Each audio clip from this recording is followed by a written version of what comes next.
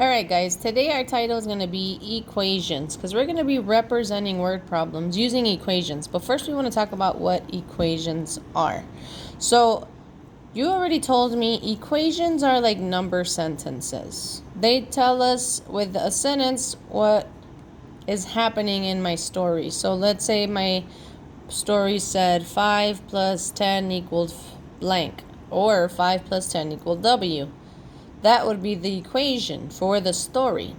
But now we're going to talk about what it looks like for each operation. Who remembers the 4 operations? Good. So it's adding, subtracting, multiplying, and dividing. So first let's talk about adding.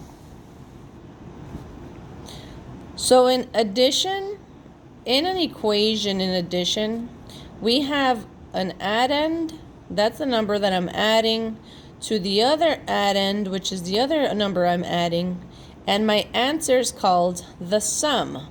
Since I'm using a W here, I know that that's a variable. Next we have subtraction. In subtraction, the big number I'm subtracting is called the minuend. I subtract the 7. The 7 in this case is called the subtrahend. So each one of my parts in my equation, they're called something in each operation. So in adding, I have addend, and the answer is the sum. In subtracting, I have the minuend, the subtrahend, and the answer is the difference. Since I used a letter here, I know that's a variable. So these are all equations and how they're set up for each operation. So now let's get to multiplication. For multiplication, I have 4 times 6 equals Q. The 4 is called a factor since I'm multiplying it to something else. And that number is also called a factor. So it's the same as adding. I keep the same one for the ones that I'm adding. They're both called an addend. And for multiplication, they're both called factors. The answer is called the product. Since I used a letter, I know I'm using a variable. For division, I have the big number always goes first, and that number is called the dividend. The number I'm dividing by is called the divisor, and my answer in division is called the quotient. Since I used a letter here, I know that that's a variable. So my answer is being represented by a letter. So now let's do a word problem together. And let's create an equation for our word problem. So Becky bought 5 boxes of candy. 7 boxes. I don't know where I got 5 from. So Becky bought 7 boxes of candy. So I'm using my cube strategies here. Each box had 13 candies. So I know that each box had 13. I read that word each. What does each mean?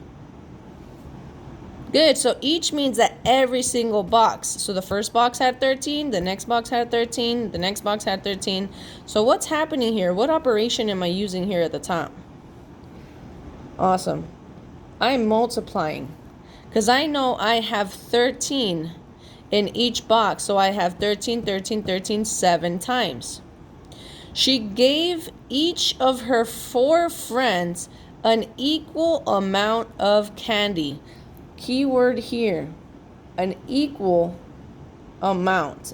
And she gave her 4 friends an equal amount. What is happening if I'm giving out an equal amount? What am I doing? What operation? Good. I'm dividing. So already right here, I'm already setting up my equation by showing my operations in my word problem. So now it says, what equation can help us solve? Well, technically, I already put in what I have to do. So this is going to be really easy for me. So now I know that it's 7 times 13 was my first step. Then whatever I got there, I know I have to divide by 4.